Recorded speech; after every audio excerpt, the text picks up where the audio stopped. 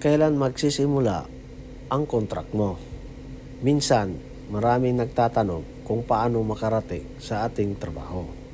Pero hindi alam ng karamihan na bago ka makarating sa trabaho mo ay marami kang madadaanan tulad lang ng passing dito sa Singapore o ibang lugar tulad sa Australia bago mo marating ang barko.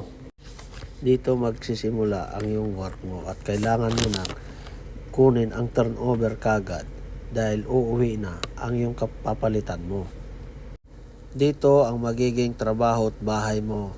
Depende kung gaano katagal ang pinirmahan mong kontrata. May tinatawag na +1, -1 din.